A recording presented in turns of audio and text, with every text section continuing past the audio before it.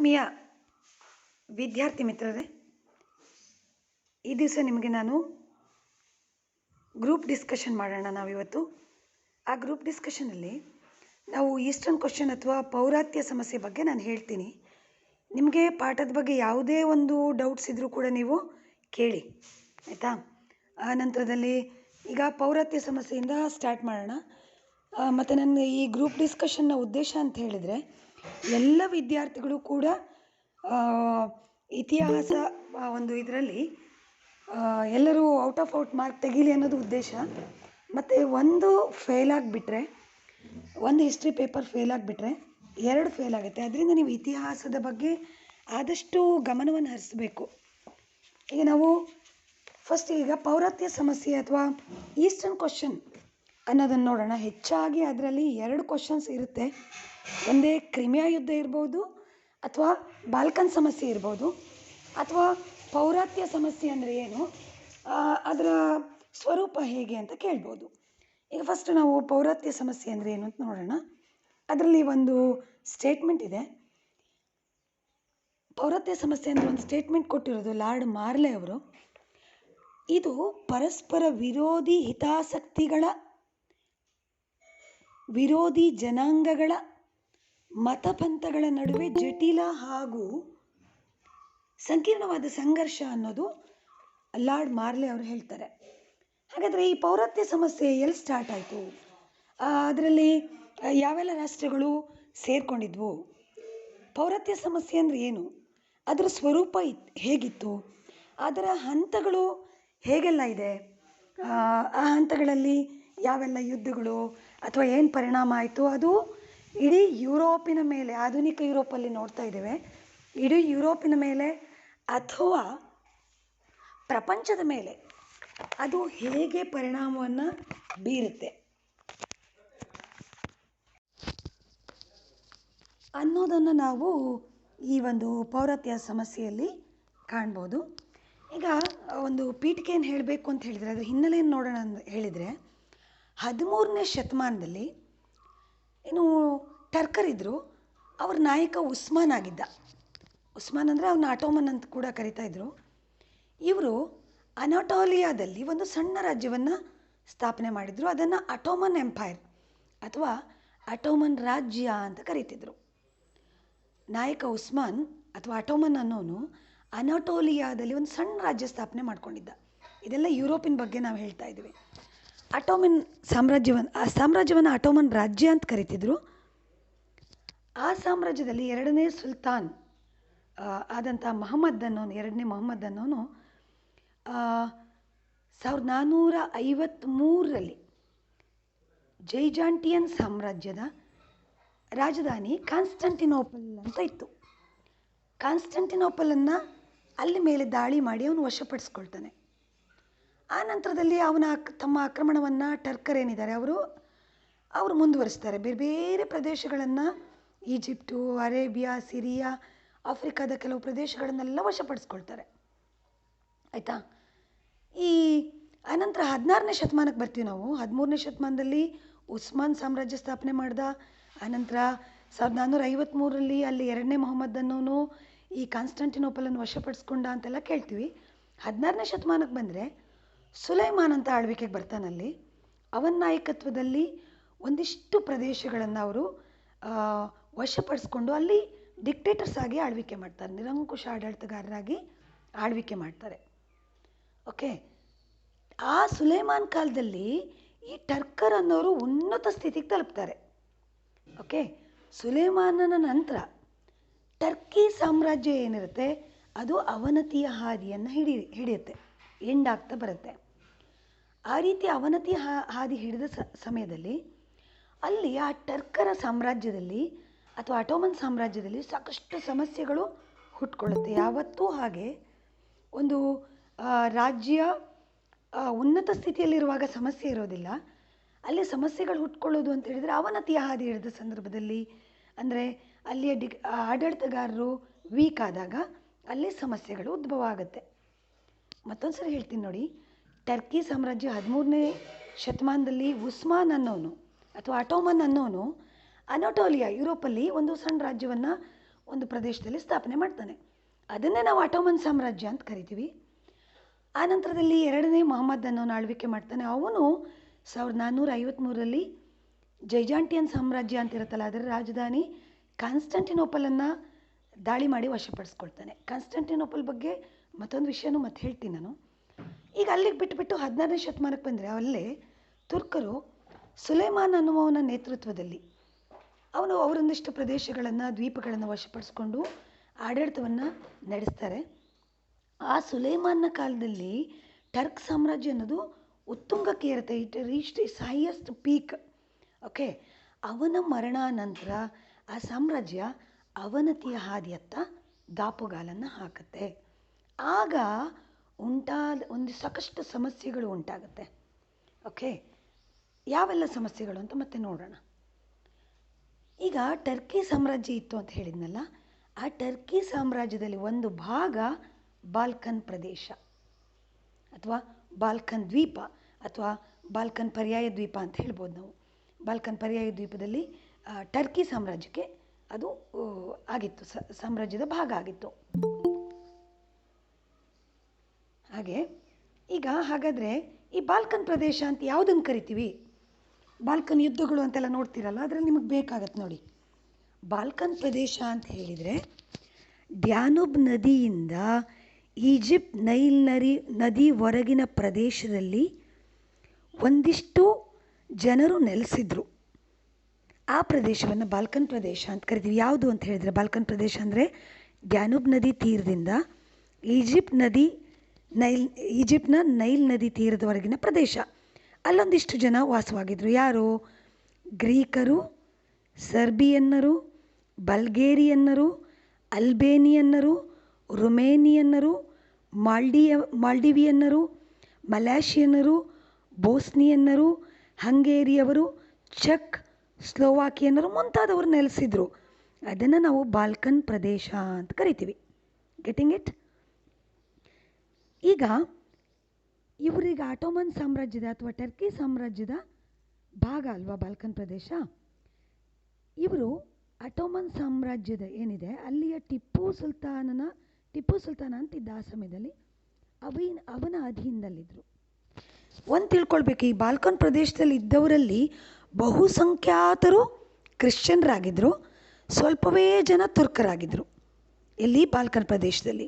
Balkan ಪ್ರದೇಶ ಅನ್ನೋದು ಟರ್ಕ್ ಸಾಮ್ರಾಜ್ಯದ ಒಂದು ಭಾಗ, ಆಟೋಮನ್ ಸಾಮ್ರಾಜ್ಯದ ಒಂದು ಭಾಗ. ಓಕೆ, ಆದರೆ ಆಟೋಮನ್ ಸಾಮ್ರಾಜ್ಯದಲ್ಲಿ ಆಳ್ವಿಕೆ ಮಾಡೋರು ಯಾರು? ಮುಸ್ಲಿಮರು. ಬಾಲ್ಕನ್ ಪ್ರದೇಶ ಅಲ್ಲಿರುವಂಥದ್ದು ಬಹುಸಂಖ್ಯಾತರು ಕ್ರಿಶ್ಚಿಯನ್ರಾಗಿದ್ದರು. ಓಕೆ, ಈ ಬಾಲ್ಕನ್ ಪ್ರದೇಶ ಇದೆಯಲ್ವಾ, ಇದು ಯಾವೆಲ್ಲ ಒಂದು ಈ ಪೆನಿನ್ಸುಲಾ ಅಥವಾ ಪರ್ಯಾಯ ದ್ವೀಪ ಅಂತ ಕರಿತೀವಲ್ಲ, ಅದು ಯಾವ ಸಮುದ್ರದಿಂದ ಆವೃತ ತಿಳ್ಕೊಂಡ್ರೆ ಸಾಕಷ್ಟೆ. ಯಾವ ಸಮುದ್ರದಿಂದ ಒಂದು ಆವೃತ ಆಗಿತ್ತು ಅಂದರೆ ಏಡ್ರಿಯಾಟಿಕ್ ಸಮುದ್ರ, ಕಪ್ಪು ಸಮುದ್ರ, ಮೆಡಿಟರೇನಿಯನ್ ಸಮುದ್ರ. ಈ ಮೂರೂ ಒಂದು ಸಮುದ್ರದಿಂದ ಅದು ಒಂದು ಆವೃತ ಆಗಿತ್ತು. ಈಗ ಉದಾಹರಣೆ ನೋಡಿ, ಭಾರತವನ್ನು ನಾವು ಪರ್ಯಾಯ ದ್ವೀಪ ಅಂತ ಕರಿತೀವಿ ಅಲ್ವಾ, ಪೆನಿನ್ಸುಲಾ ಅಂತ ಕರಿತೀವಲ್ವಾ. ಇಲ್ಲಿ 3 ಸಮುದ್ರಗಳಿಂದ ನಾವು ಆವರಿಸಲ್ಪಟ್ಟಿದೆ ಅಲ್ವಾ. ಯಾವುದು? ಅರೇಬಿಯನ್ ಸಮುದ್ರ ಅಥವಾ ಅರೇಬಿಯನ್ ಸಿ ಅಂತ ಕರಿತೀವಿ, ಮತ್ತು ಹಿಂದೂ ಮಹಾಸಾಗರ, ಮತ್ತು ಯಾವುದು? ಇನ್ನೊಂದು ಯಾವುದು ಹೇಳಿ? ಮಾತಾಡ್ಬೇಕು ನೀವು, ಮಾತಾಡಿ. ನಿಕೋಲಸ್ ಮಾತಾಡಿ. ಯಶೋಧ ಹೇಳಮ್ಮ, ಯಾವುದು ಭಾರತ ಪರ್ಯಾಯ ದ್ವೀಪ ಅಂತ ನಾವು ಕರಿತೀವಲ್ವಾ? ಒಂದು ಕಡೆ ಪಶ್ಚಿಮದಲ್ಲಿ ಅರಬ್ಬಿ ಸಮುದ್ರ, ಇನ್ನೊಂದು ಅರಬ್ಬಿ ಸಮುದ್ರ ಆಯಿತು ಅಥವಾ ಅರೇಬಿಯನ್ ಸಿ. ಯಶೋಧ ಹೇಳೋ, ಇನ್ನೆರಡು ಕಡೆ ಭಾರತ ಯಾವುದರಿಂದ ಆವೃತ ಆಗಿದೆ?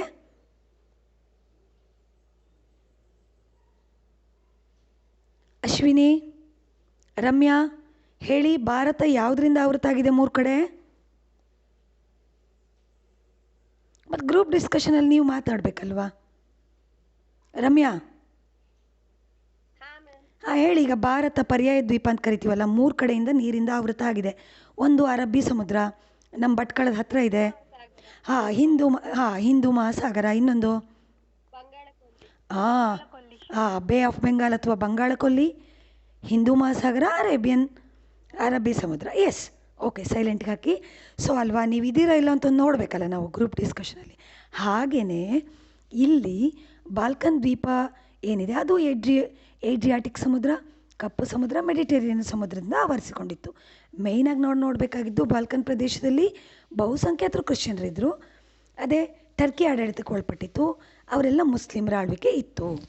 ಇದು ನಾವು ಬಾಲ್ಕನ್ ಪ್ರದೇಶದ ಬಗ್ಗೆ ನೋಡಿದ್ವಿ ಅಲ್ವಾ. ಈಗ ಪೌರಾತ್ಯ ಸಮಸ್ಯೆ ಅಂದರೆ ಏನು, ಅದರ ಅರ್ಥ ಏನು, ಪೌರಾತ್ಯ ಪ್ರದೇಶವನ್ನು ನೋಡಿದ್ವಿ ನಾವೀಗ. ನೋಡಿ, 19ನೇ ಶತಮಾನಕ್ಕೆ ಬರೋಣ. ಈಗ 19ನೇ ಶತಮಾನದಲ್ಲಿ ಬಾಲ್ಕನ್ ದ್ವೀಪದ, ನಾನು ಹೇಳಿದ್ನಲ್ಲ, ಬಾಲ್ಕನ್ ದ್ವೀಪ ಅಂದರೆ ಡ್ಯಾನೂಬ್ ನದಿಯಿಂದ ನೈಲ್ ನದಿವರೆಗಿನ ಪ್ರದೇಶ, ಅಲ್ಲಿ ಯಾರು ವಾಸ ಮಾಡಿದರು ಅಂತ ಹೇಳಿದ್ದೆ ನಾನು.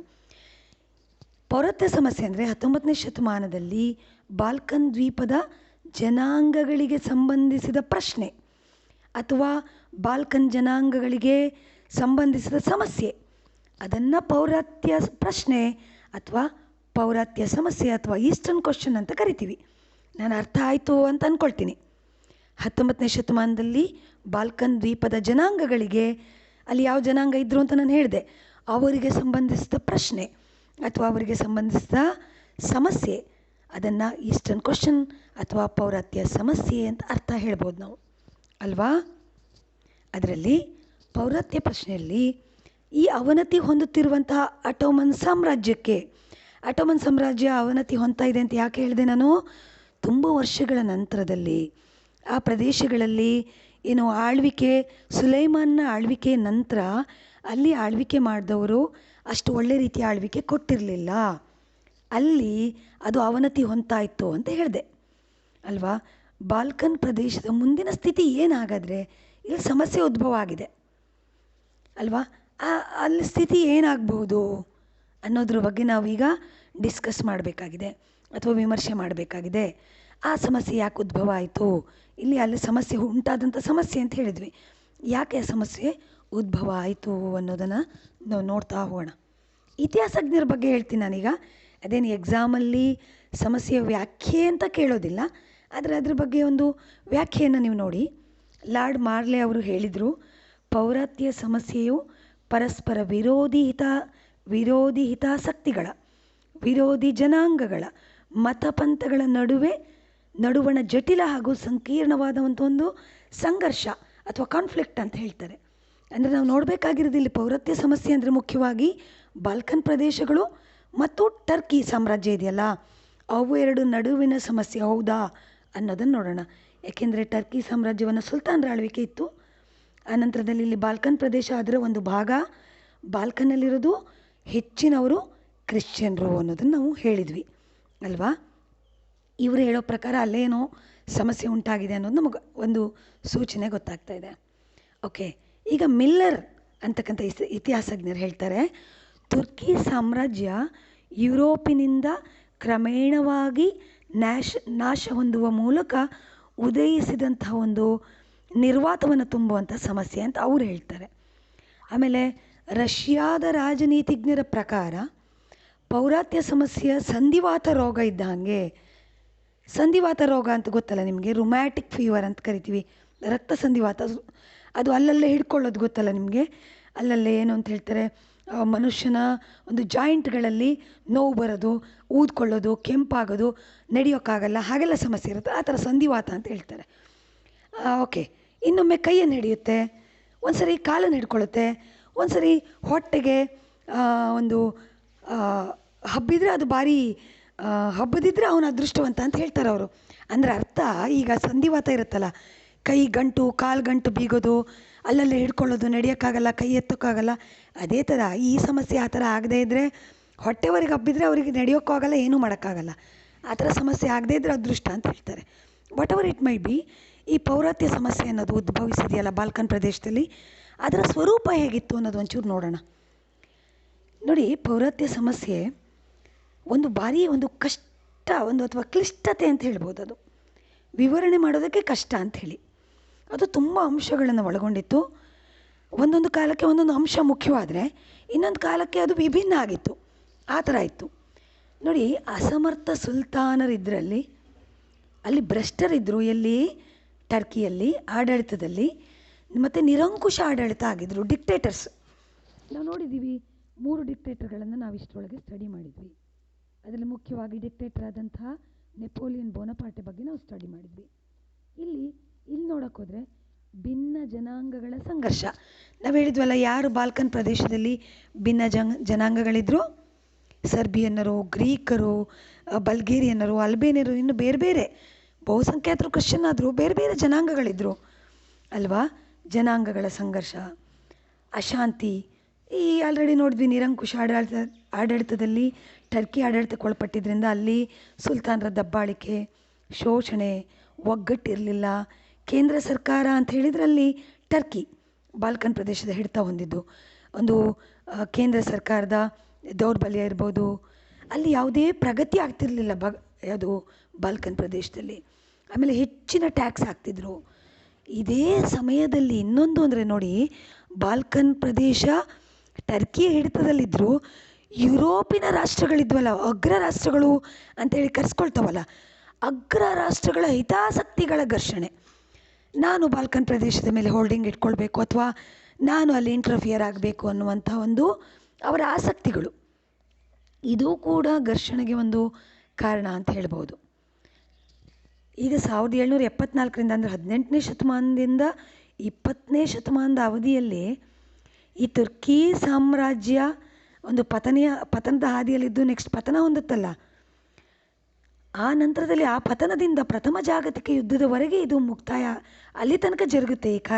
ಈ ಸಮಸ್ಯೆಗಳು ನೋಡಿ, ಈ ಕಾರಣದಿಂದನೇ ರಷ್ಯಾ ದೇಶ ಟರ್ಕಿ ಸಾಮ್ರಾಜ್ಯವನ್ನು ಯುರೋಪಿನ ರೋಗಿ ಅಂತ ಕರೀತಿದ್ದಾರೆ. ನೀವು ಅವತ್ತು ಕೇಳಿದ್ರಿ ನನಗೆ, ಯುರೋಪಿನ ರೋಗಿ ಅಂತ ಯಾಕೆ ಕರೀತಾರೆ ಅಂತ. ಈ ಕಾರಣದಿಂದ ರಷ್ಯಾ ಟರ್ಕಿ ಸಾಮ್ರಾಜ್ಯನ ಯುರೋಪಿನ ರೋಗಿ ಅಂತ ಕರೆಯುತ್ತೆ. 18ನೇ ಶತಮಾನದಿಂದ 20ನೇ ಶತಮಾನದವರೆಗೆ ತುರ್ಕಿ ಸಾಮ್ರಾಜ್ಯದ ಪತನದಿಂದ ಆಗ್ತಾ ಇರುವವರೆಗೆ ಅಲ್ಲಿ ಇರ್ತಕ್ಕಂಥ ಈ ರೀತಿ ದೌರ್ಬಲ್ಯ ಇರ್ಬೋದು, ನಿರಂಕುಶ ಆಡಳಿತ, ದಬ್ಬಾಳಿಕೆ, ಶೋಷಣೆ, ಕೇಂದ್ರ ಸರ್ಕಾರದ ದೌರ್ಬಲ್ಯ ಎಲ್ಲವನ್ನು ಕಂಡೇ ರಷ್ಯಾ ಈ ಥರ ಹೇಳುತ್ತೆ. ಅಲ್ಲಿ ರಾಜಕೀಯ ಅಸ್ಥಿರತೆ ಇದೆ. ಈಗ ಎಲ್ಲಿ ಟರ್ಕಿಯಲ್ಲಿ ಬಾಲ್ಕನ್ ಪ್ರದೇಶ ಅದು ಆಡಳಿತಕ್ಕೊಳಪಟ್ಟಿದೆ. ಅಲ್ಲಿ ಒಂದು ಈ ರೀತಿ ರಾಜಕೀಯ ಅಸ್ಥಿರತೆ ಇದೆ. ಆ ಲಾಭ ಪಡ್ಕೊಳ್ಬೇಕು ಅಂತ ಯುರೋಪಿನ ರಾಷ್ಟ್ರಗಳು ಆಸಕ್ತಿಯನ್ನು ಹೊಂದಿದ್ವು ಅಂತ ಹೇಳಿದೆ. ಅದರಲ್ಲಿ ಮುಖ್ಯವಾಗಿ ರಷ್ಯಾ ಕೂಡ ಇದೆ. ಆಸ್ಟ್ರಿಯಾ, ಫ್ರಾನ್ಸ್, ಇಂಗ್ಲೆಂಡ್ ಎಲ್ಲ ಕೂಡ ಈ ಬಾಲ್ಕನ್ ಪ್ರದೇಶಗಳ ಮೇಲೆ ಆಸಕ್ತಿಯನ್ನು ಹೊಂದಿದ್ವು. ಓಕೆ, ಇದರಿಂದಾಗಿ ಪೌರತ್ಯ ಸಮಸ್ಯೆ ಅನ್ನೋದು ಕ್ಲಿಷ್ಟ ಮತ್ತು ದೀರ್ಘ ಸ್ವರೂಪವನ್ನು ಪಡೆಯುತ್ತೆ. ಇದು ಪೌರತ್ಯ ಸಮಸ್ಯೆಯ ಸ್ವರೂಪ ಯಾವ ಥರ? ಅಲ್ಲಿಯ ಬಾಲ್ಕನ್ ಪ್ರದೇಶದಲ್ಲಿ ಏನೆಲ್ಲ ಅಸ್ಥಿರತೆ ಇದೆ, ಅವರಿಗೇನು ದಬ್ಬಾಳಿಕೆ ಆಗ್ತಾ ಇದೆ, ಯಾವೆಲ್ಲ ಪ್ರದೇಶಗಳು ಅದರ ಮೇಲೆ ಆಸಕ್ತಿಯನ್ನು ಹೊಂದಿದೆ, ಆಮೇಲೆ ಅದು ಹೇಗೆ ಕ್ಲಿಷ್ಟಕರವಾಗಿ ಅಥವಾ ದೀರ್ಘ ಸ್ವರೂಪವನ್ನು ಹೊಂದಿದೆ, ಇದು ಸ್ವರೂಪ ಅಂತ ಕರಿತೀವಿ ಇದನ್ನು. ಸಮಸ್ಯೆ ಅಂದರೆ ಅಲ್ಲಿ ಉದ್ಭವಿಸಿದಂತಹ ಪೌರತ್ಯ ಸಮಸ್ಯೆ ಅಥವಾ ಪೌರತ್ಯ ಪ್ರಶ್ನೆ ಅಂದರೆ ಅಲ್ಲಿ ಉದ್ಭವಿಸಿದಂತಹ ಸಮಸ್ಯೆಗಳು. ಸ್ವರೂಪ ಇಷ್ಟಿದೆ. ಈಗ ನಾವು ಪೌರತ್ಯ ಸಮಸ್ಯೆಯನ್ನು 3 ಹಂತದಲ್ಲಿ ಡಿವೈಡ್ ಮಾಡಬಹುದು. ಪಾಯಿಂಟ್ಸನ್ನು ಕೂಡ ನಾನು ನಿಮಗೆ ಗ್ರೂಪ್ನಲ್ಲಿ ಹಾಕಿದ್ದೇನೆ. ಇಲ್ಲಿ ಈ ಥರ ಎಲ್ಲ ಸಮಸ್ಯೆ ಆದಾಗ ಇನ್ನೂ ಬೇರೆ ಬೇರೆ ಮುಖ್ಯವಾದ ಕಾರಣ ಇದೆ. ಎಕ್ಸಾಮಲ್ಲಿ ನಿಮಗೆ ಪೌರತ್ಯ ಸಮಸ್ಯೆಗೆ ಕಾರಣ ಏನು ಅಂತ ಕೇಳ್ಬೋದು. ಮುಖ್ಯವಾಗಿ ಕಾರಣಗಳನ್ನು ನೆನ್ಪಿಟ್ಕೊಳ್ಳಿ. ಒಂದು, ಫ್ರಾನ್ಸ್ ಮಹಾಕ್ರಾಂತಿಯ ಪ್ರಭಾವ. 1789ರಲ್ಲಿ ಫ್ರಾನ್ಸ್ ಕ್ರಾಂತಿ ಆಗಿದೆ. ಒಂದು ಪಾಯಿಂಟು ಫ್ರಾನ್ಸ್ ಕ್ರಾಂತಿಯ ಪ್ರಭಾವ ಒಂದು. ಇನ್ನೊಂದು ಪಾಯಿಂಟ್ಸ್ ಮೇಯ್ನ್ಲಿ ನೆನ್ಪಿಟ್ಕೊಳ್ಳಿ. ಆಟೋಮನ್ ಸಾಮ್ರಾಜ್ಯದ ಅವನತಿ 2, ಟರ್ಕಿ ಸುಲ್ತಾನರ ದುರಾಡಳಿತ 3, ಅಗ್ರ ರಾಷ್ಟ್ರಗಳ ಹಿತಾಸಕ್ತಿ 4, ಬೌದ್ಧಿಕ ಬೆಳವಣಿಗೆ 5. ಇವು ಪೌರಾತ್ಯ ಸಮಸ್ಯೆಗೆ ಕಾರಣ.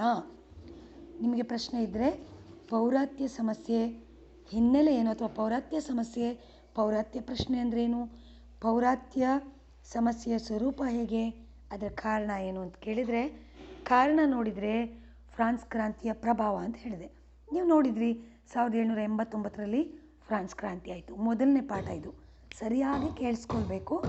ಗೊತ್ತಾಗದೇ ಇದ್ದರೆ ಏನು ಪ್ರಶ್ನೆಯನ್ನು ಕೂಡ ಪಾಠಕ್ಕೆ ಸಂಬಂಧಪಟ್ಟಿದ್ದು ಮತ್ತೆ ನೀವು ಕೇಳ್ಬೋದು. ಆ ಕ್ರಾಂತಿಯಿಂದ ಏನಾಯಿತು? 3 ತತ್ವ ಹೊರಗೆ ಬಂತು. ನಿಮಗೆ ಗೊತ್ತಿದೆ, ಅಚ್ಚೊಳೆದಿದೆ ಮನದಲ್ಲಿ: ಸ್ವಾತಂತ್ರ್ಯ, ಸಮಾನತೆ, ಭ್ರಾತೃತ್ವ. ಈ ತತ್ವಗಳು ಇಡೀ ಯುರೋಪಿಗೆ ಹಬ್ಬಿರುತ್ತಲ್ವ. ಈ ತತ್ವಗಳಿಂದ ನಾವು ಮೇಯ್ನಾಗಿ ಬಾಲ್ಕನ್ನಲ್ಲಿ ಸಮಸ್ಯೆ ಆಯಿತು ಅಂತ ಹೇಳಿದ್ವಿ. ಈ ಬಾಲ್ಕನ್ನಲ್ಲಿ ಜನ ಈ ತತ್ವಗಳಿಂದ ಪ್ರಭಾವಿತರಾದರು. ಇಲ್ಲಿ ಇನ್ನೊಂದು ಪಾಯಿಂಟ್ ಕೊಟ್ಟಿದ್ರು ನೋಡಿ ಕಾರಣಗಳಲ್ಲಿ, ಟರ್ಕಿ ಸುಲ್ತಾನರ ದುರಾಡಳಿತ ಅಂತ. ಈ ತತ್ವಗಳಿಂದ ಪ್ರಭಾವಿತರಾದಂತಹ ಜನ ಸುಲ್ತಾನರ ದಬ್ಬಾಳಿಕೆ, ಟರ್ಕಿ ಸುಲ್ತಾನರ ಆಳ್ವಿಕೆಗೆ ಒಳಪಟ್ಟಿದ್ದಲ್ವ ಬಾಲ್ಕನ್, ಮತ್ತೆ ಹೇಳ್ತಾ ಇದ್ದೇನೆ, ಅವನ ದಬ್ಬಾಳಿಕೆ, ಶೋಷಣೆ, ಭ್ರಷ್ಟ ಆಡಳಿತ ಎಲ್ಲದರಿಂದ ಬಾಲ್ಕನ್ ಪ್ರದೇಶದಲ್ಲಿರುವಂತಹ ವಿವಿಧ ಜನಾಂಗೀಯರು ಇವರ ವಿರುದ್ಧವಾಗಿ, ಟರ್ಕರ ವಿರುದ್ಧವಾಗಿ ಒಂದು ಸ್ವಾತಂತ್ರ್ಯ ಆಂದೋಲನವನ್ನು ನಡೆಸ್ತಾರೆ. ತಮಗೆ ಸ್ವತಂತ್ರ ಬೇಕು, ತಾವು ಸ್ವತಂತ್ರ ರಾಷ್ಟ್ರವನ್ನು ನಿರ್ಮಾಣ ಮಾಡಿಕೊಳ್ಬೇಕು ಅನ್ನೋದವರ ಆಕಾಂಕ್ಷೆ ಆಗಿತ್ತು. ಅದರಲ್ಲಿ ಫ್ರಾನ್ಸ್ ಮಹಾಕ್ರಾಂತಿಯ ಪ್ರಭಾವವನ್ನು ನೋಡ್ಬೋದು, ಟರ್ಕಿ ಸುಲ್ತಾನರ ದುರಾಡಳಿತ ಕೂಡ ನೋಡ್ಬೋದು. ನಾನು ಹೇಳಿದೆ ಟರ್ಕಿ ಸುಲ್ತಾನರ ಆಡಳಿತ ಸುಲೇಮಾನ್ನ ನಂತರ ಏನಾಗುತ್ತೆ, ಡಿಕ್ಲೈನ್ ಆಗ್ತಾ ಬರುತ್ತೆ. ಅದರಿಂದ ಅವರು ಮತ್ತು ಜೊತೆಗೆ ದೆ ಬಿಕೇಮ್ ಡಿಕ್ಟೇಟರ್ಸ್ ಅಲ್ಲ, ಆ ರೀತಿಯಾದಂಥ ದಬ್ಬಾಳಿಕೆಯಿಂದ ಹೊರಗೆ ಬರಬೇಕು. ಭ್ರಷ್ಟಾಚಾರಿಗಳಾಗಿದ್ರು ಅವರು, ಲಂಚಗುಳಿತನ, ಹೆಚ್ಚಾದಂಥ ಟ್ಯಾಕ್ಸ್ ಹಾಕ್ತಿದ್ರು. ಇವೆಲ್ಲದಿಂದ ಪ್ರಜೆಗಳು ಬಳಲಿ ಹೋಗ್ಬಿಟ್ಟಿದ್ರು. ಯಾಕಪ್ಪ ನಮಗೆ ಈ ಸುಲ್ತಾನರ ಆಳ್ವಿಕೆ. ಮತ್ತು ಇನ್ನೊಂದು, ಯುರೋಪಲ್ಲಿ ಹೆಚ್ಚಿರೋದು ಕ್ರಿಶ್ಚಿಯನ್ ಧರ್ಮವನ್ನು ನಾವು ನೋಡ್ತೀವಿ. ಅದರಿಂದ ಈ ಸುಲ್ತಾನರಿಂದ ಮುಕ್ತಿ ಪಡಿಬೇಕು ಅನ್ನೋದಕ್ಕೆ ಇನ್ನೊಂದು ಬೇರೆ ಬೇರೆ ಅಗ್ರ ರಾಷ್ಟ್ರಗಳ ಹಿತಾಸಕ್ತಿ ಕೂಡ ಒಂದು ಇನ್ಫ್ಲುಯೆನ್ಸ್ ಅಂತ ನಾವಿಲ್ಲಿ ಹೇಳ್ಬೋದು ಅಲ್ವಾ. ಇದೊಂದು. ಇದ್ರ ಜೊತೆಗೆ ಅಟೋಮನ್ ಸಾಮ್ರಾಜ್ಯದ ಅವನತಿ. ನಿಮ್ಗೆ ಅದಕ್ಕೆ ಹೇಳಿದ್ದು ನಾನು, ಆದಷ್ಟು ಪಾಯಿಂಟ್ಸ್ ಬಗ್ಗೆ ಗಮನ ಕೊಟ್ಟಾಗ ಇಟ್ ಈಸ್ ಒಂದಕ್ಕೊಂದು ರಿಲೆವೆಂಟ್ ಇದೆ ಪಾಯಿಂಟ್ಸ್. ಅಟೋಮನ್ ಸಾಮ್ರಾಜ್ಯದ ಅವನತಿಯಲ್ಲಿ ನಾವು ಸ್ವರೂಪದಲ್ಲಿ ನೋಡಿದ್ವಲ್ಲ, ಹಾಗೆಯೇ 17ನೇ ಶತಮಾನದಿಂದ 14ರವರೆಗೂ ಕೂಡ ಅಟೋಮನ್ ಸಾಮ್ರಾಜ್ಯ ಅನ್ನೋದು ಅವನತಿ ಹಾದಿ ಹತ್ರ ಹೋಗ್ತಾ ಇತ್ತು ಅಲ್ವಾ. 1453ರಲ್ಲಿ ಅಟೋಮನ್ ಟರ್ಕರು ಕಾನ್ಸ್ಟಂಟಿನೋಪಲನ್ನು ವಶಪಡಿಸ್ಕೊಂಡ್ರು ಅನ್ನೋದು ನೋಡಿದ್ವಲ್ಲ. ಅದೊಂದು ಪಾಯಿಂಟ್ ಹೇಳ್ತೀನಿ ಅಂತ ನಿಮಗೆ ಹೇಳಿದ್ದೆ ನಾನು. ಅದು ನಮಗೆ ಡಿಸ್ಕವರೀಸ್ ನೀವು ಪಾಠ ಓದಿದ್ರೆ ನೋಡಿ, ಫಸ್ಟ್ PUCಯಲ್ಲಿ ಅದಕ್ಕೂ ಕೂಡ ಸಂಬಂಧ ಆಗಿದೆ. ಜೋರು ಫ್ಯಾನ್ ಆಫ್ ಮಾಡ್ತೀರಾ ಇವ್ರೆ, ಸೌಂಡ್ ಕೇಳ ಆನ್ ಮಾಡಿದೆ. ಓಕೆ, ಅದರಲ್ಲಿ ಕೂಡ ಡಿಸ್ಕವರಿಯಲ್ಲಿ 1453ರಲ್ಲಿ ಅಟೋಮನ್ ಟರ್ಕರು ಕಾನ್ಸ್ಟಂಟಿನೋಪಲನ್ನು ವಶಪಡಿಸ್ಕೊಂಡ್ರು ಅನ್ನೋದನ್ನು ನೀವು ನೋಡ್ತೀರಿ ನೋಡಿ. ಏನು ಏಷ್ಯಾ ಖಂಡದ ಸಾಂಬಾರ ಪದಾರ್ಥಗಳು ಯುರೋಪ್ಗೆ ಹೋಗೋಕ್ಕೆ ಒಂದು ಭೂಮಾರ್ಗದ ಮೂಲಕ ಹೋಗ್ತಾ ಇತ್ತು. ಯಾವ ಭೂಮಾರ್ಗದ ಮೂಲಕ ಇದೆ? ಕಾನ್ಸ್ಟಂಟಿನೋಪಲ್, ಜೈಜಾಂಟಿಯನ್ ಸಾಮ್ರಾಜ್ಯದ ರಾಜಧಾನಿಯಾದ ಕಾನ್ಸ್ಟಂಟಿನೋಪಲ್ ನಗರದ ಮೂಲಕ ಹೋಗ್ತಾ ಇತ್ತು. ಅಟೋಮನ್ ಟರ್ಕರು ಕಾನ್ಸ್ಟಂಟಿನೋಪಲ್ ನಗರವನ್ನು ವಶಪಡಿಸ್ಕೊಂಡ್ರು ಅಂತ ನೋಡಿದ್ರಲ್ಲ, ಅದೇ ಕಾನ್ಸ್ಟಂಟಿನೋಪಲ್ ಇವರೇ ಟರ್ಕರ್ ವಶಪಡಿಸ್ಕೊಂಡಿರೋದು. ಅದನ್ನೇ ನಾನು ನಿಮಗೆ ಹೇಳಬೇಕು ಅಂತ ಇದ್ದೆ.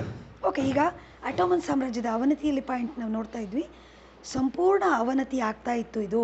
ರಷ್ಯಾ ಅದಕ್ಕೆ ಅಲ್ವಾ ಯುರೋಪಿನ ರೋಗಿ ಅಂತ ಸ್ವರೂಪದಲ್ಲಿ ನೋಡಿದ್ವಿ ನೋಡಿ, ಕರೆದಿದೆ ಅಂತ. ಹೀಗೆ ಈ ಅವನತಿಯನ್ನು ಕಾತರದಿಂದ ನೋಡ್ತಾ ಇದ್ವು ಕೆಲವು ರಾಷ್ಟ್ರಗಳು, ಪ್ರಮುಖ ರಾಷ್ಟ್ರಗಳು. ಟರ್ಕಿ ಸಾಮ್ರಾಜ್ಯವನ್ನು ಬೇಗ ನಾಶಪಡಿಸಿ ಸಾಧ್ಯವಾದಷ್ಟು ಟರ್ಕಿ ಪ್ರದೇಶವನ್ನು ಕಬಳಿಸಬೇಕು ಅಂಥೇಳಿ ರಷ್ಯಾ, ಆಸ್ಟ್ರಿಯಾ, ಫ್ರಾನ್ಸ್, ಇಂಗ್ಲೆಂಡ್ಗಳು ಬಯಸಿದ್ವು. ಇದು ನೋಡಿ, ಈ ಒಂದು ಏನು ಕಾರಣ ಇದೆಯಲ್ಲ ಪೌರತ್ಯ ಸಮಸ್ಯೆಗೆ, ಇದು ಇಟ್ ಬಿಕೇಮ್ ಇಂಟರ್ನ್ಯಾಷನಲ್ ಒಂದು ರೀಸನ್ ಆಗಿಬಿಡುತ್ತೆ, ಅಥವಾ ಕಾಸ್ ಆಗಿಬಿಡುತ್ತೆ, ಅಥವಾ ಇಂಟರ್ನ್ಯಾಷನಲ್ ಕಾನ್ಫ್ಲಿಕ್ಟ್ ಆಗುತ್ತೆ, ಅಂತಾರಾಷ್ಟ್ರೀಯ ಸಮಸ್ಯೆ ಆಗಿ ಹುಟ್ಕೊಳ್ಳುತ್ತೆ. ಓಕೆ, ಆನಂತರ ನೆಕ್ಸ್ಟು ಅಗ್ರ ರಾಷ್ಟ್ರಗಳ ಹಿತಾಸಕ್ತಿ. ಸೇಮ್ ಅದ್ರ ಥರನೇ ಅಗ್ರ ರಾಷ್ಟ್ರಗಳು ಈ ಬಾಲ್ಕನ್ನಲ್ಲಿ ಆಗ್ತಾ ಇರುವಂಥ ಸಂಘರ್ಷದಲ್ಲಿ ತಮ್ಮ ಒಂದು ಮೂಗು ತೋರಿಸ್ಲಿಕ್ಕೆ ಪ್ರಯತ್ನ ಮಾಡಿದ್ವು, ತಮ್ಮ ಹಿತಾಸಕ್ತಿಯನ್ನು ಬಯಸಿದ್ವು, ತಾವದರ ಹೋಲ್ಡಿಂಗನ್ನು ಇಟ್ಕೊಳ್ಬೇಕಂತ ಬಯಸಿದ್ವು. ಅವೇ ರಷ್ಯಾ, ಆಸ್ಟ್ರಿಯಾ, ಫ್ರಾನ್ಸ್, ಇಂಗ್ಲೆಂಡ್ಗಳು. ನೋಡಿದ್ರಲ್ವಾ, ಟರ್ಕಿಗೆ ಅಥವಾ ಸಹಾಯ ಮಾಡುವ ನೆಪದಲ್ಲಿ ಟರ್ಕಿಗೆ ಸಹಾಯ ಮಾಡ್ತೀವಿ ಅಂತ ನಾಟಕ ಮಾಡಿಕೊಂಡು ಇಂಗ್ಲೆಂಡ್, ಫ್ರಾನ್ಸ್ ಅಂತ ರಾಷ್ಟ್ರಗಳು ಬಾಲ್ಕನ್ ಪ್ರದೇಶದಲ್ಲಿ ತಮ್ಮ ವ್ಯಾಪಾರ ವಾಣಿಜ್ಯವನ್ನು ವಿಸ್ತಾರ ಮಾಡಿದವು. ಗೊತ್ತಾಯ್ತಾ? ರಷ್ಯಾದ ಆಕ್ರಮಣ ನೀತಿಯನ್ನು ಇಂಗ್ಲೆಂಡ್ ಸಹಿಸಲಿಲ್ಲ. ಜೊತೆಗೆ ಇಲ್ಲೇನಾಯಿತು, ಈ ನಾಟಕ ಮಾಡ್ಕೊಂಡು ಇಂಗ್ಲೆಂಡ್ ಬಾಲ್ಕನ್ಗಳು ವ್ಯಾಪಾರ ವಾಣಿಜ್ಯಕ್ಕೆ ಇಲ್ಲಿ ಅವು ಭಾಗವಹಿಸಿದ್ವು. ಈಗಾಗಲೇ ಅವನತಿಯ ಅಂಚಿನಲ್ಲಿದೆ ಟರ್ಕಿ. ಇಲ್ಲಿ ಏನು ಬೇರೆ ಬೇರೆ ರಾಷ್ಟ್ರಗಳ ಹಿತಾಸಕ್ತಿ ಇದೆಯಲ್ಲ, ಪೌರಾತ್ಯ ಸಮಸ್ಯೆಯನ್ನು ಹೆಚ್ಚು ಮಾಡಿದ್ವು. ಅಗ್ರ ರಾಷ್ಟ್ರಗಳ ಈ ಸಮಸ್ಯೆ ಹೆಚ್ಚಾದ ಕೂಡಲೇ ಅಗ್ರ ರಾಷ್ಟ್ರಗಳಿಗೆ ಇನ್ನಷ್ಟು ಖುಷಿ ಆಯಿತು. ನಾವೊಂದು ನೆಪ ಮಾಡ್ಕೊಂಡು ಇಲ್ಲಿ ಹೋಗೋಣ ಅಂತ ಈ ರೀತಿಯಾಗಿ. ಈಗ ಇನ್ನೊಂದು ಪಾಯಿಂಟ್ ನೋಡೋಣ, ಐದನೇದು ಬೌದ್ಧಿಕ ಬೆಳವಣಿಗೆ. ಏನು ಇಂಟೆಲೆಕ್ಚುಯಲ್ಸ್ ಅಥವಾ ಬೌದ್ಧಿಕ ವರ್ಗ ಹೇಗೆ ಕೊಡುಗೆ ಕೊಟ್ಟಿದ್ದಾರೆ ಅನ್ನೋದು ನೋಡೋಣ. ಇವರೇ ಹೊರಗೋಗಿ ಮಾತಾಡಿ. ಓಕೆ, ಅದರಲ್ಲಿ ನೋಡಿ, ಗ್ರೀಕರು ಭವ್ಯ ಐತಿಹಾಸಿಕ ಮತ್ತು ಸಾಂಸ್ಕೃತಿಕ ಪರಂಪರೆಯನ್ನು ಹೊಂದಿದ್ರು. ಗ್ರೀಕರು ಬಾಲ್ಕನ್ ಪ್ರದೇಶದಲ್ಲಿದ್ದಾರಲ್ವ, ಅಲ್ಲಿ ಕಲೆ, ಸಾಹಿತ್ಯ, ರಾಜನೀತಿ, ತತ್ವಜ್ಞಾನ ಮುಂತಾದ ಕ್ಷೇತ್ರಗಳಲ್ಲಿ ಅಪಾರ ಪ್ರಗತಿಯನ್ನು ಸಾಧಿಸಿದರು. ಸರಿಯಾ? ಗೊತ್ತಿದೆ ನಿಮಗೆ, Herodotus is the father of history ಅಲ್ವಾ, ಇತಿಹಾಸದ ಪಿತಾಮಹ ಅಂತ ನಾವು ಕರಿತೀವಿ. ಹಿ ಇಸ್ ಫ್ರಮ್ ಗ್ರೀಸ್ ಅಲ್ವಾ. ಗ್ರೀಸಲ್ಲಿ ಇತಿಹಾಸ, ಬರವಣಿಗೆ, ಕಲೆ ಪ್ರಾರಂಭ ಆಗಿದ್ದು ಅನ್ನೋದು ನಮ್ಗೆ ಗೊತ್ತಾಗುತ್ತೆ. ಸಾಹಿತ್ಯ, ತತ್ವಜ್ಞಾನಿಗಳು ಸಾಕಷ್ಟು ಅಲ್ಲಿದ್ದಾರೆ, ಇದ್ದರು. ಓಕೆ, ಎಲ್ಲ ಕ್ಷೇತ್ರಗಳಲ್ಲೂ ಅಪಾರ ಪ್ರಗತಿಯನ್ನು ಅದು ಸಾಧಿಸಿತ್ತು. ಜೊತೆಗೆ ಸಾಕ್ರಟೀಸ್, ಪ್ಲೇಟೋ, ಅರಿಸ್ಟಾಟಲ್, ಹೆರೋಡೋಟಸ್ ಜೊತೆಗೆ ಪ್ಲೀನಿ ಮುಂತಾದ ಪಂಡಿತರ ವಿಚಾರಗಳಿಂದ ಮೊದಲಿಂದ ಅವರು ಗ್ರೀಕರು ಪ್ರಭಾವಿತರಾಗಿದ್ದರು. ಅವರಿಗೆ ತಮ್ಮ ನಾಡು, ನುಡಿ, ಜನಾಂಗ, ಚರಿತ್ರೆ, ಪರಂಪರೆಗಳ ಬಗ್ಗೆ ಅಪಾರ ಹೆಮ್ಮೆಯನ್ನು ಹೊಂದಿದ್ರು ಅವರು. ನಿರಂತರ ಟರ್ಕಿ ಅಥವಾ ತುರ್ಕರ ದಬ್ಬಾಳಿಕೆಗೆ ಒಳಗಾಗಿದ್ದಂಥವರು ಸ್ವತಂತ್ರ ಪಡ್ಕೊಬೇಕಂತ ಭಾರಿ ಒಂದು ಹಿತಾಸಕ್ತಿಯನ್ನು ಅವರು ಹೊಂದಿದ್ರು. ಓಕೆ, ಇದು ಬೌದ್ಧಿಕ ಬೆಳವಣಿಗೆಯಲ್ಲಿ ಗ್ರೀಸ್ನಲ್ಲಿ ಮಾತ್ರ ಅಲ್ಲ, ಅಥವಾ ಗ್ರೀಕರಲ್ಲಿ ಮಾತ್ರ ಅಲ್ಲ, ಬಾಲ್ಕನ್ನ ಇತರ ರಾಷ್ಟ್ರಗಳಲ್ಲೂ ಈ ಎಲ್ಲ ಕಾರಣಗಳಿಂದ, ಬೇರೆ ಮೇಲ್ಗಡೆ ಕಾರಣಗಳಿಂದ ಅವರು ಸ್ವತಂತ್ರವನ್ನು ಪಡ್ಕೊಳ್ಬೇಕು ಅಂಥೇಳಿ ಆಲೋಚನೆ ಮಾಡ್ತಾಯಿದ್ರು. ಇದನ್ನು ಸರಿಯಾಗಿ ಕೇಳಿಸ್ಕೊಳ್ಳಿ. ಹಿತೇರಿಯಾ ಫಿಲಿಕೆ ಅಥವಾ ಮಿತ್ರವೃಂದ, ಈ ಥರ ಹೆಸರೇ ಹೇಳಲಿಲ್ಲ ಮೇಡಮ್ ಅಥವಾ ಕೇಳಲಿಲ್ಲ ನಾವು ಅಂದ್ಕೊಳ್ಬೇಡಿ. ಹಿತೇರಿಯಾ ಫಿಲಿಕೆ ಅಥವಾ ಮಿತ್ರವೃಂದ ಅನ್ನುವಂತಹ ಗುಪ್ತ ಸಂಘಗಳನ್ನು ಒಡಿಸ್ಸಾದಲ್ಲಿ ಅವರು ಸ್ಥಾಪನೆ ಮಾಡಿಕೊಂಡ್ರು. ಯಾರು? ಗ್ರೀಕರು ಅಥವಾ ಗ್ರೀಸ್ ರಾಷ್ಟ್ರ. ಅಲ್ಲಿ ಹಿತೇರಿಯಾ ಫಿಲಿಕೆ ಅಥವಾ ಮಿತ್ರವೃಂದ ಅಂತಕ್ಕಂಥ ಗುಪ್ತ ಸಂಘಗಳನ್ನು ಸ್ಥಾಪನೆ ಮಾಡಿಕೊಂಡ್ರು. ಯಾಕೆ ಗುಪ್ತ ಸಂಘಗಳನ್ನು ಮಾಡ್ಕೊಂಡಿರೋದು? ತಮ್ಮ ರಾಷ್ಟ್ರ ಅಥವಾ ಗ್ರೀಸ್ ಆಗ ರಾಷ್ಟ್ರ ಆಗಲಿಲ್ಲ, ಪ್ರದೇಶ ಇದೆಯಲ್ಲ, ನಾವು ಸ್ವತಂತ್ರವನ್ನು ಪಡ್ಕೊಳ್ಬೇಕು. ಅದಕ್ಕೆ ಈ ರೀತಿಯಾದ ಬೌದ್ಧಿಕ ವರ್ಗ ಇದೆಯಲ್ಲ, Socrates, Plato, Aristotle, Herodotus, Pliny ಮುಂತಾದಂಥವರ ವಿಚಾರಧಾರೆಗಳು ಅವರ ಮೇಲೆ ಇನ್ಫ್ಲುಯೆನ್ಸ್ ಆಗಿರೋದು. ಆದ್ದರಿಂದ ಒಂದು ರಾಷ್ಟ್ರದ ಅಥವಾ ಒಂದು ಪ್ರದೇಶದ ಬೌದ್ಧಿಕ ಬೆಳವಣಿಗೆಯಲ್ಲಿ ಅಥವಾ ಜನರನ್ನು ಎಚ್ಚರಗೊಳಿಸುವಲ್ಲಿ ಇಂಟೆಲೆಕ್ಚುಯಲ್ಸ್ ಅಥವಾ ಬೌದ್ಧಿಕ ವರ್ಗದವರ ಕೊಡುಗೆ ಅಪಾರವಾಗಿದ್ದು ಅನ್ನೋದು ನಾವು ಗಮನದಲ್ಲಿ ಇಟ್ಕೊಳ್ಬೇಕು. ಹಾಗೆ ನಾವು ಇತಿಹಾಸದಿಂದ ಏನು ಕಲಿತೀವಿ ಅಂತ ಹೇಳಿದರೆ, ಬೌದ್ಧಿಕ ವರ್ಗದವರು ಕೊಡುವಂಥ ಹೇಳಿಕೆಗಳು ಜನರ ಮೇಲೆ ಇನ್ಫ್ಲುಯೆನ್ಸ್ ಆಗುತ್ತೆ.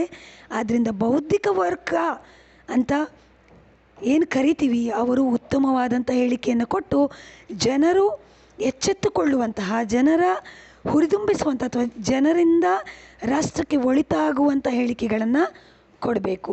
ಆದರೆ ಎಷ್ಟೋ ಕಡೆಗಳಲ್ಲಿ ನಾವು ನೋಡ್ತೀವಿ, ಬೌದ್ಧಿಕ ವರ್ಗ ಅನ್ನುವಂಥವರು ಯಾವ ರೀತಿಯ ಹೇಳಿಕೆಗಳನ್ನು ಕೊಟ್ಟು ಜನರಲ್ಲಿ ಬೇರೆ ಬೇರೆ ಸಂಘರ್ಷಗಳಿಗೆ ಕಾರಣರಾಗ್ತಾರೆ ಅನ್ನೋದನ್ನು ನಾವು ಇತಿಹಾಸದಲ್ಲಿ ನೋಡ್ತೀವಿ ಅಲ್ವಾ. ಅದೊಂದು ಗಮನದಲ್ಲಿ ಇರಿಸಬೇಕು. ಈಗ ನಾವು ನೋಡಿದ್ವಿ ಪೌರಾತ್ಯ ಸಮಸ್ಯೆ ಅಂದರೆ ಏನು, ಪೌರಾತ್ಯ ಸಮಸ್ಯೆಯ ವ್ಯಾಖ್ಯೆಗಳು, ಪೌರಾತ್ಯ ಸಮಸ್ಯೆಯ ಹಿನ್ನೆಲೆ, ಪೌರಾತ್ಯ ಸಮಸ್ಯೆಯ ಸ್ವರೂಪ ಮತ್ತು ಕಾಸಸ್ ಆಫ್ ಈಸ್ಟರ್ನ್ ಕ್ವಶನ್ ಅಥವಾ ಪೌರಾತ್ಯ ಸಮಸ್ಯೆಗೆ ಕಾರಣಗಳು ಅಂಥೇಳಿ. ಈಗ ನೆಕ್ಸ್ಟ್ ನಾವು ನೋಡೋದು ಪೌರಾತ್ಯ ಸಮಸ್ಯೆಯ ಹಂತಗಳು. ಪೌರಾತ್ಯ ಸಮಸ್ಯೆಯ ಹಂತಗಳಲ್ಲಿ ಅದರಲ್ಲಿ ನಾವು ಒಂದನೇ ಹಂತ ಅದರಲ್ಲಿ ನಾವು ನೋಡುವಂಥದ್ದು ಎಷ್ಟು ಪಾಯಿಂಟ್ಸನ್ನು ನೋಡ್ತೀವಿ ಅಂತ ಹೇಳಿದರೆ, ನೋಡಿ, ಸರ್ಬಿಯನ್ನರು ಇದ್ದರು ಅಂತ ಹೇಳಿದ್ವಿ, ಸರ್ಬಿಯನ್ನರ ಸ್ವತಂತ್ರ ಹೋರಾಟ ನೋಡ್ತೀವಿ, ಗ್ರೀಕರ ಸ್ವತಂತ್ರ ಹೋರಾಟ ನೋಡ್ತೀವಿ, ನಂತರದಲ್ಲಿ ಅದರಲ್ಲಿ ಕ್ರಿಮಿಯಾ ಯುದ್ಧ ಬರುತ್ತೆ. ಆ್ಯಂಡ್ ದೆನ್ ಇದು ಒಂದನೇ ಹಂತದಲ್ಲಿ ಬರೆಯುವಂಥದ್ದು, ನೆನ್ಪಿಟ್ಕೊಳ್ಳಿ. ಸರ್ಬಿಯನ್ನರ ಸ್ವತಂತ್ರ ಹೋರಾಟ, ಗ್ರೀಕರ ಸ್ವತಂತ್ರ ಹೋರಾಟ, ಕ್ರಿಮಿಯಾ ಯುದ್ಧ. ಓಕೆ, ಈ ಪಾಯಿಂಟ್ಗಳು ನಮಗೆ ಪ್ರಥಮ ಹಂತದಲ್ಲಿ ಬರ್ತದೆ.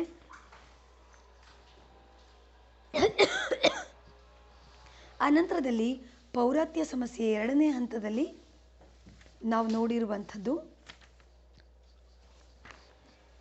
ರುಮೇನಿಯಾ ರಾಜ್ಯ ಹುಟ್ಕೊಳ್ತು, ಬಲ್ಗೇರಿಯಾ ರಾಜ್ಯದಲ್ಲಿ ದಂಗೆ, ಮಾಂಟೆನಿಗ್ರೋ ಸರ್ಬಿಯಾಗಳಲ್ಲಿ ದಂಗೆ, ಬರ್ಲಿನ್ ಕಾಂಗ್ರೆಸ್ ಎಕ್ಸಾಮಲ್ಲಿ ಕೊಡ್ಬೋದು. ಬರ್ಲಿನ್ ಕಾಂಗ್ರೆಸ್ ಅದನ್ನು 2ನೇ ಹಂತದಲ್ಲಿ ನೋಡ್ತೀವಿ. 3ನೇ ಹಂತದಲ್ಲಿ ನಾವು ಸರ್ಬಿಯಾ ಬಲ್ಗೇರಿಯಾ ಯುದ್ಧ ನೋಡ್ತೇವೆ, ಗ್ರೀಕ್ ಟರ್ಕರ ಯುದ್ಧ, ಯಂಗ್ ಟರ್ಕರ ಹೋರಾಟ, ಬಾಲ್ಕನ್ ಯುದ್ಧ ಅಂತ ನಾನು ನಿಮ್ಗೆ ಹೇಳಿದ್ನಲ್ಲ ಎಕ್ಸಾಮಲ್ಲಿ 5 ಮಾರ್ಕ್ಸ್ಗೆ ಕೇಳ್ಬೋದು. ಬಾಲ್ಕನ್ ಯುದ್ಧ 1, 2 ಕೂಡ ಬರ್ತದೆ. ಅದಿಷ್ಟನ್ನು ನೀವು ನೋಡ್ತೀರಿ. ಓಕೆ, ಇಲ್ಲಿವರೆಗೆ ನಾವು ಏನು ಪೌರಾತ್ಯ ಸಮಸ್ಯೆಯ ಹಂತಗಳನ್ನು ನೋಡ್ತೇವೆ. ಒಟ್ಟು ಎಷ್ಟು ಹಂತಗಳು ಹಾಗಾದರೆ ಪೌರಾತ್ಯ ಸಮಸ್ಯೆಯಲ್ಲಿ 3 ಹಂತ ಬರುತ್ತೆ. Okay, getting it. ಈಗ ಇಷ್ಟರೊಳಗೆ ಮಾಡಿದ ಪಾಠದ ಬಗ್ಗೆ ನೀವೇನಾದರೂ ಪ್ರಶ್ನೆಗಳಿದ್ದರೆ ಖಂಡಿತ ಕೇಳ್ಬೋದು. ಅರ್ಧ ಗಂಟೆ ಆಯಿತು ಆಲ್ರೆಡಿ. ಪ್ರಶ್ನೆಗಳಿದ್ದರೆ ದಯವಿಟ್ಟು ಕೇಳಿ. ನನಗೀಗ 11 ಗಂಟೆಗೆ ಒಂದು ಮೀಟಿಂಗ್ ಇದೆ. ನಂತರದಲ್ಲಿ ನಿಮಗೆ ಮತ್ತೆ ಬೇಕಾದರೆ ನಾನು ಹೇಳ್ತೀನಿ. ಈಗ ಒಂದು 9 ನಿಮಿಷ ನಿಮಗೆ ಅವಕಾಶ ಕೊಡ್ತೀನಿ. ದಯವಿಟ್ಟು ಕೇಳಿ. ರಮ್ಯಾ, ಯಶೋಧ, ಅಕ್ಷತಾ, ಅಶ್ವಿನಿ ಕೇಳ್ಬೋದು. ನೀವು ಮಾತಾಡಬೇಕು ವಿದ್ಯಾರ್ಥಿಗಳು.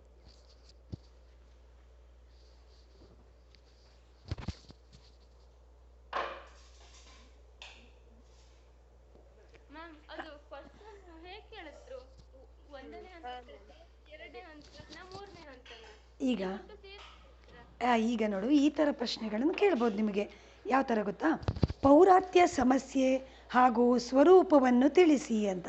ಅಂದರೆ ಪೌರಾತ್ಯ ಸಮಸ್ಯೆ ಹಿನ್ನೆಲೆ ಸ್ವಲ್ಪ ಬರ್ಕೊಂಡು ಪೌರಾತ್ಯ ಸಮಸ್ಯೆ ಅಂದರೆ ಏನು, ಅದ್ರ ಸ್ವರೂಪ ಹೇಗಿತ್ತು ಅನ್ನೋದು ಬರಿಬೋದು. ಇಲ್ಲ ಪೌರಾತ್ಯ ಸಮಸ್ಯೆ ಅಂದ್ರೇನು, ಸ್ವರೂಪ ಹೇಗೆ, ಕಾರಣಗಳೇನು ಕೇಳ್ಬೋದು ಒಂದು.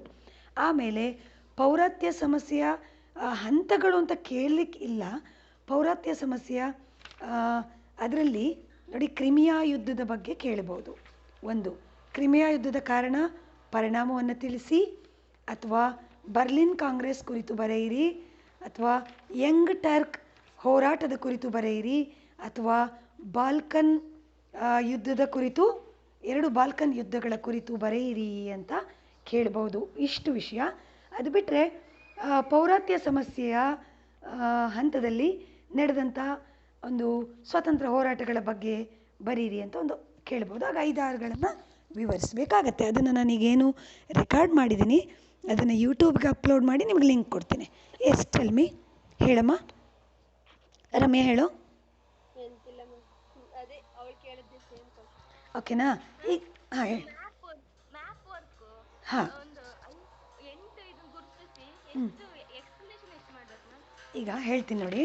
ನಿಮಗೆ 5 ಇಷ್ಟು ಸರಿ ಕ್ವಶನ್ ಪೇಪರ್ ನಾನು ಲಿಂಕ್ ಹಾಕಿದ್ದೀನಲ್ಲ, ನಿಮಗೆ ಯಾವ ಥರ ಕ್ವಶನ್ಸ್ ಬರುತ್ತೆ ಅಂತ. ಅದರಲ್ಲಿ ಎಷ್ಟು ಗುರುತಿಸ್ಲಿಕ್ಕೆ ಕೊಟ್ಟಿದ್ದಾರೆ ಹೇಳಿ? ಓಕೆ, ಆಯ್ತು, ನೀನು ನೋಡಬೇಕಮ್ಮ ಅದನ್ನು. ಜೊತೆಗೆ ಮತ್ತು ನಾನು ಇದನ್ನು ರಮ್ಯಾ ಎಕ್ಸ್ಪ್ಲೈನ್ ಮಾಡಿದ್ಲಲ್ವಾ, ನೀನು ರಮ್ಯಾ ಅನಿಸುತ್ತೆ ಎಕ್ಸ್ಪ್ಲೈನ್ ಮಾಡಿದ್ದು ಯೂಟ್ಯೂಬಿಗೆ ಅಪ್ಲೋಡ್ ಮಾಡಿದ್ದೀನಿ. ಅದ್ರ ಮತ್ತೊಂದು ಸರಿ ನಾನು ಮ್ಯಾಪ್ ವರ್ಕ್ ಹೇಳ್ತೀನಿ. ಮ್ಯಾಪು ಸ್ಟ್ರೈಟ್ ಇರೋದಿಲ್ಲ, ಅಡ್ಡ ಇಟ್ಕೊಳ್ಳಿಕ್ಕೆ ಬರ್ತದೆ. ಆ್ಯಕ್ಚುಲಿ ಅಡ್ಡ ಇಟ್ಕೊಳ್ಳೋ ಹಾಗಿರುತ್ತೆ. ಒಂದು, ನಿಮಗೆ 2 ಮ್ಯಾಪ್ ವರ್ಕ್ ಇದೆ. ಒಂದು ಮಾಡರ್ನ್ ಯುರೋಪಲ್ಲಿ importance, place of historical importance ಗುರ್ತು ಮಾಡುವಂಥದ್ದು ಒಂದು. ಇನ್ನೊಂದು ನೆಪೋಲಿಯನ್ ಯುದ್ಧಗಳು ಅಥವಾ ನೆಪೋಲಿಯನ್ ಕಾನ್ಕ್ವೆಸ್ಟ್. 2 ಗುರ್ತು ಮಾಡಲಿಕ್ಕಿರುತ್ತೆ. ಮ್ಯಾಪ್ 2 ಕೂಡ ಒಂದೇ ಥರ ಇರ್ತದೆ. ಓಕೆ, ಒಂದು ಮಾಡರ್ನ್ ಯುರೋಪ್ 2 ಇದು ಉಂಟಲ್ಲ, ಯಾವುದು ಮಾಡರ್ನ್ ಇದು ನೆಪೋಲಿಯನ್ ಯುದ್ಧಗಳು ಮತ್ತೆ ಐತಿಹಾಸಿಕ ಸ್ಥಳಗಳು. ಇಲ್ಲ, ನೆಪೋಲಿಯನ್ ಯುದ್ಧಗಳು ಒಂದು, ಇನ್ನೊಂದು ಐತಿಹಾಸಿಕ ಸ್ಥಳಗಳ ಮಹತ್ವ ಅಥವಾ ಇಂಗ್ಲೀಷಲ್ಲಿ ಪ್ಲೇಸ್ ಆಫ್ ಹಿಸ್ಟೋರಿಕಲ್ ಇಂಪಾರ್ಟೆನ್ಸ್ ಅಂತಿದೆ. 2. ಓಕೆ, ಅದರಲ್ಲಿ ನಾನು ಹೇಳ್ತೀನಿ 2 ಇಂಪಾರ್ಟೆಂಟೇ. ಆದರೆ ತುಂಬ ಸುಲಭ ಇದೆ, ನೀವೇನು ಕನ್ಫ್ಯೂಸ್ ಆಗೋದು ಬೇಡ. ನೆಟ್ಟಗೆ ಕೊಟ್ಟಿರ್ತಾರಲ್ಲ ಮ್ಯಾಪ್, ನೇರವಾಗಿ ಕೊಟ್ಟಿರೋ ತಿರ್ಸ್ಕೊಳ್ಬೇಕಾಗತ್ತೆ ಮ್ಯಾಪ್. ಓಕೆ, ತಿರ್ಸ್ಕೊಂಡಾಗ ನೋಡಿ, ಈಸಿ ಮೆಥಡ್ ಹೇಳ್ತೀನಿ ನಾನು ನಿಮಗೆ.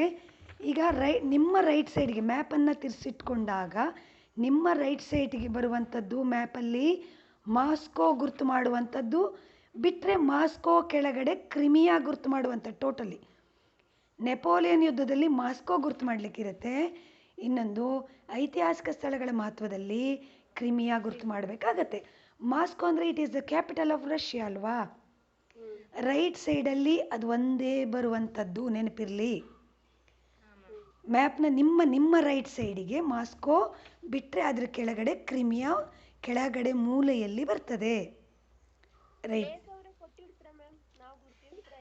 ಇಲ್ಲ ಪ್ಲೇಸ್ ಹೌದು ಅವ್ರು ಕೊಡ್ತಾರೆ. ಅದು ಒಂದ್ಸರಿ ಮತ್ತೊಂದು ಸರಿ ನಾನು ಕ್ವಶನ್ ಪೇಪರ್ ನೋಡಿ ಮತ್ತೊಂದು ಸರಿ ನಿಮಗೆ ಮ್ಯಾಪ್ ವರ್ಕನ್ನು ಸಪ್ರೇಟಾಗಿ ಹೇಳ್ತೀನಿ ನಾನು. ಒಂದಾಯ್ತಾ? ಈಗ ಮಾಸ್ಕೋ ಬಗ್ಗೆ ಕ್ರಿಮಿಯಾ ಬಗ್ಗೆ 2 ಪಾಯಿಂಟ್ ಹೇಳ್ತೀನಿ ನಾನೀಗ ಈ ವಿಡಿಯೋದಲ್ಲಿ ಕೇಳಿ. ಮಾಸ್ಕೋ ಬಗ್ಗೆ ಕ್ರಿಮಿಯಾ ಬಗ್ಗೆ 2 ನೋಡಿಕೊಂಡ್ರೆ ಆ ಮ್ಯಾಪಲ್ಲಿ ಒಂದು ಈ ಮ್ಯಾಪಲ್ಲಿ ಒಂದು, ಎರಡರಲ್ಲೂ ಒಂದು ಬರ್ಬೋದು. ಅಥವಾ ನೆಪೋಲಿಯನ್ ಯುದ್ಧಗಳ ಬಗ್ಗೆ ಗುರುತಿಸಿ ಅಂತ ಹೇಳಿದರೆ ನಿಮಗೆ ಹೆಚ್ಚು ಪಾಯಿಂಟ್ ಏನೂ ಇಲ್ಲ ಅದರಲ್ಲಿ.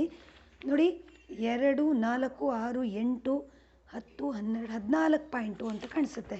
ನಾನು ತಿಳಿದಂಗೆ 15 ಪಾಯಿಂಟ್ ಏನೋ ಇದೆ. ರೈಟ್ ಸೈಡಿಗೆ ಬರೋದು ನೆಪೋಲಿಯನ್ ಯುದ್ಧದಲ್ಲಿ ಮಾಸ್ಕೋ ಒಂದೇ. ಓಕೆ, ಮಾಸ್ಕೋ ಬಗ್ಗೆ ನಿಮಗೆ ತುಂಬ ಈಸಿ ಉಂಟು ನೋಡಿ. ಮಾಸ್ಕೋ ಯಾವುದರ ರಾಜಧಾನಿ? ಯುರೋಪ್ ಅಂತೆ. ಮಾಸ್ಕೋ ಯುರೋಪ್ ರಾಜಧಾನಿಯ? ಯುರೋಪ್ ಒಂದು ರಾಷ್ಟ್ರವಾದು. ಇಟ್ ಈಸ್ ಎ ಕಾಂಟಿನೆಂಟ್ ಅಲ್ಲೇ. ಅದು ಒಂದು ಏನು ಕಾಂಟಿನೆಂಟ್? ವಾಟ್ ಯು ಸೇ ಇನ್ ಕನ್ನಡ ಹೇಳೋ? ಖಂಡ ತಾನೇ. ಖಂಡಕ್ಕೆ ಒಂದು ರಾಜಧಾನಿ ಅಂತ ಇರೋದಿಲ್ಲ ಅಲ್ವಾ, ಅಲ್ಲಿ ತುಂಬ ರಾಷ್ಟ್ರಗಳಿದೆಯಲ್ವಾ. ಈಗ ಮಾಸ್ಕೋ ಅನ್ನೋದು ರಷ್ಯಾದ ರಾಜಧಾನಿ ಅಲ್ವಾ. ನೀವು ರಷ್ಯಾದಲ್ಲಿ ಆಳ್ವಿಕೆ ಮಾಡಿದವ್ರು ಯಾರು ಹೇಳಿ? ಝಾರ್ ದೊರೆಗಳು ಅಲ್ವಾ. ಝಾರ್ ದೊರೆಗಳು ಅವರು ಆಳ್ವಿಕೆ ಮಾಡ್ತಾಯಿದ್ರು, ಅಥವಾ ದೊರೆಗಳನ್ನು ಝಾರ್ಗಳು ಅಂತ ಕರೀತಿದ್ರು. ಬೇರೆ ಬೇರೆ ಝಾರ್ಗಳು ಅಥವಾ ದೊರೆಗಳು ಆಳ್ವಿಕೆ ಮಾಡ್ತಾಯಿದ್ರು. ಓಕೆ, ಈಗ ನಾವು ನೆಪೋಲಿಯನ್ ಗುರುತು ಮಾಡುವಲ್ಲಿ ಈಗ ನೆಪೋಲಿಯನ್ ರಷ್ಯಾದ ಮೇಲೆ ದಾಳಿ ಮಾಡ್ತಾನೆ, ರಷ್ಯಾ ಯುದ್ಧ ಮಾಡ್ತಾನೆ. ಅವ್ನು ಗೊತ್ತಿದೆಯಾ? ನಿಮ್ಮ ಮಾಸ್ಕೋ ಯುದ್ಧ ಅಂತ ಓದಿದ್ದೀರಿ ನೆಪೋಲಿಯನ್ನಲ್ಲಿ. ಅದನ್ನೆಲ್ಲ ಪಾಯಿಂಟ್ಸಲ್ಲಿ ಬರಿಬೇಕು ಐತಿಹಾಸಿಕ ಮಹತ್ವದಲ್ಲಿ. 1812ರಲ್ಲಿ ಒಂದೊಮ್ಮೆ ಇಸ್ವಿ ಮರ್ತೋದ್ರೆ ನೆಪೋಲಿಯನ್ ಮಾಸ್ಕೋ ಯುದ್ಧವನ್ನು ಅಥವಾ ರಷ್ಯಾದ ಮೇಲೆ ಯುದ್ಧವನ್ನು ಸಾರ್ತಾನೆ. ಅಲ್ಲಿ ಅವನು ಅವನು ಅಪಾರವಾದಂಥ ಸೈನ್ಯವನ್ನು ಅವನು ಕಳ್ಕೋಬೇಕಾಗತ್ತೆ ಆ ಯುದ್ಧದಲ್ಲಿ ಅಲ್ವಾ. ಕಳ್ಕೊತಾನವನು. ಅದು ಏನು ಮಾಸ್ಕೋ ಹುಣ್ಣು ಅಥವಾ ರಷ್ಯಾದ ಯುದ್ಧ ಮಾಡಿದವನಿಗೊಂದು ಹುಣ್ಣಾಯಿತು ಅಂತ ಇತಿಹಾಸಜ್ಞರು ಹೇಳ್ತಾರಲ್ಲ, ಯಾರು ಸರ್ಕಾರ ಹೇಳ್ತಾರೆ ಅಂತ ಕಾಣುತ್ತೆ. ಅದನ್ನು ನಾವು ಸ್ಟಡಿ ಮಾಡ್ತೀವಿ. ಅದು ಒಂದು ಪಾಯಿಂಟ್ ಬಗ್ಗೆ ಅಷ್ಟು ನೆನ್ಪಿಟ್ಕೊಂಡ್ರೆ ನಿಮಗೆ ಖಂಡಿತ ಒಂದು ಕಷ್ಟ ಆಗಲ್ಲ. ಪಾಯಿಂಟ್ಸ್ ಜಾಸ್ತಿ ಬರಿತಾ ಹೋಗ್ಬೋದು, ಗುರ್ತು ಮಾಡೋಕ್ಕೂ ಈಸಿ ಇದೆ ಅಲ್ವಾ. ಹೌದಲ್ವಾ ರಮ್ಯಾ? ಅಲ್ವಾ. ಏನಂದರೆ ನಿಮಗೆ ಯಾರು ಕೆಟಲ್ ಬೇ ಅನ್ನೋ ಇತಿಹಾಸಜ್ಞರು ಇವನ ಒಂದು ಮಾಸ್ಕೋ ದಾಳಿ ಬಗ್ಗೆ ಹೇಳ್ತಾರೆ. ನೆಪೋಲಿಯನ್ನ ಪತನದ ದುರಂತ ನಾಟಕದ ಪ್ರಥಮ ಅಂಕ ಸ್ಟಾರ್ಟ್ ಆಗಿದೆ ಮಾಸ್ಕೋದಲ್ಲಿ ಅಂತ ಹೇಳ್ತಾರೆ. ಆಮೇಲೆ ಯಾರು ಹೇಸನ್ ಅವರೇನೋ ಹೇಳ್ತಾರೆ, ಒಬ್ಬರು ಇತಿಹಾಸಜ್ಞರು, ಮಾಸ್ಕೋದಿಂದ ನೆಪೋಲಿಯನ್ನ ವಾಪಸಾತಿ ಮಾನವನ ಇತಿಹಾಸದಲ್ಲಿ ಅತ್ಯಂತ ಭಯಾನಕ ಹಾಗೂ ದುರಂತ ಪ್ರಸಂಗಗಳಲ್ಲಿ ಒಂದು ಅಂತ. ಅಂದರೆ ಅವನು ಮಾಸ್ಕೋ ಯುದ್ಧದಲ್ಲಿ ಅಥವಾ ರಷ್ಯಾ ಕೊಟ್ಟರೆ ಅಲ್ಲಿ ರಷ್ಯಾದ ಮಾಸ್ಕೋದ ಮೇಲೆ ಯುದ್ಧ ಮಾಡಿದ ಹಾಗೆ ಬರಿಬೋದು ನೀವು ಐತಿಹಾಸಿಕ ಮಹತ್ವ ಬರೆಯುವಾಗ. ಎರಡಕ್ಕೂ ಒಂದೇ ಪಾಯಿಂಟನ್ನು ಇಟ್ಕೊಳ್ಬೋದು ನೀವು, ಆಯಿತಾ. ಈಸಿ ಆಗುತ್ತೆ ಅವಾಗ. ಸೊ ಇದು ಅವನ ಒಂದು ದಂಡಯಾತ್ರೆಯಲ್ಲಿ ಅತ್ಯಂತ ಮಹತ್ವದ್ದಾಗಿತ್ತು. ಮತ್ತು ತುಂಬ ನಷ್ಟ ಆಗಿದ್ದು ಕೂಡ ಇಲ್ಲೇ. ಓಕೆ, ರಷ್ಯನ್ರು ಇದನ್ನು 20 ರಾಷ್ಟ್ರಗಳ ಸೈನ್ಯ ಅಂತ ಕೂಡ ಇದನ್ನು ಕರೆದಿದ್ದಾರೆ. ದೊಡ್ಡ ದಂಡಯಾತ್ರೆ ಆಗಿತ್ತು ಅವನದ್ದು. ನಾಟಕದ ಕೊನೆಯ ಅಂಕ ಅಂತ ಹೇಳ್ಬೋದು. ಓಕೆ, ಹಂತ ಅಲ್ಲ, ಪ್ರಥಮ ಹಂತ ಅಲ್ಲ, ಸಾರಿ, ನಾಟಕದ ಕೊನೆಯ ಅಂಕ ಅಂದರೆ ಅಲ್ಲಿಗೆ ಮುಗೀತು ಅವನ ಕತೆ ಅಂತ ಅರ್ಥ ಬರುತ್ತದ್ರಲ್ಲಿ. ಓಕೆ, ಮಾಸ್ಕೋ ನಗರಕ್ಕೆ ಅವನು ಹೋಗ್ತಾನೆ ಆ್ಯಕ್ಚುಲಿ. ಓಕೆ, ರಷ್ಯನ್ರು ಮಾಸ್ಕೋ ನಗರವನ್ನು ಅಷ್ಟೊತ್ತಿಗೆ ಬಿಟ್ಟೋಗಿರ್ತಾರೆ. ನೆನಪಾಯ್ತಾ ನಾನು ಹೇಳಿದ್ದು ನಿಮಗೆ? ಮಾಸ್ಕೋ ನಗರವನ್ನೆಲ್ಲ ಬಿಟ್ಟು ಹೋಗಿಬಿಟ್ಟಿರ್ತಾರೆ. ಓಕೆ, ಆ ನಗರವನ್ನು ಆಗ ಏನು ಮಾಡ್ತಾರೆ, ಮಾಸ್ಕೋಕ್ಕೆ ಬೆಂಕಿ ಇಟ್ಟುಬಿಟ್ಟಿರ್ತಾರೆ ಅವರೇ. ಆಗ ಈ ಫ್ರಾನ್ಸ್ನ ಸೈನ್ಯ ಅಥವಾ ನೆಪೋಲಿಯನ್ ಸೈನ್ಯಕ್ಕೆ ಆಹಾರದ ಅಭಾವ ಉಂಟಾಗುತ್ತೆ, ನೀರಿನ ಕೊರತೆ ಉಂಟಾಗುತ್ತೆ. 1 ತಿಂಗಳು ಕಳೆದರೂ ಕೂಡ ಅಲ್ಲಿ ಅಥವಾ ದೊರೆಗಳು ಆಳ್ವಿಕೆ ಮಾಡ್ತಿದ್ದಲ್ಲ ಝಾರ್ಗಳು, ಅವರು ಶರಣಾಗಲೇ ಇಲ್ಲ. ಅವರೇ ರಷ್ಯಾಕ್ಕೆ ಅಥವಾ ಮಾಸ್ಕೋಗೆ ಬೆಂಕಿ ಇಡ್ತಾರೆ. ಓಕೆ, ಮಾಸ್ಕೋ ರಷ್ಯಾ ಯಾವ್ದು ಕೇಳಿದ್ರು ಒಂದೇ ಪಾಯಿಂಟಲ್ಲಿ ಬರೀರಿ. ಅವರು ಶರಣಾಗಲಿಲ್ಲ. ಅದೇ ವೇಳೆಗೆ ಏನಾಗುತ್ತೆ, ರಷ್ಯಾದಲ್ಲಿ ಸಿಕ್ಕಾಪಟ್ಟೆ ಚಳಿ, ಅವಶ್ಯಕ ವಸ್ತುಗಳ ಕೊರತೆ ಉಂಟಾಗುತ್ತೆ ಇವರಿಗೆ. ಸಿಕ್ಕಾಪಟ್ಟೆ ಇವೆಲ್ಲ ಸಮಸ್ಯೆಗಳಿಂದ ರೋಗ ರುಜಿನಗಳು ಬಂದು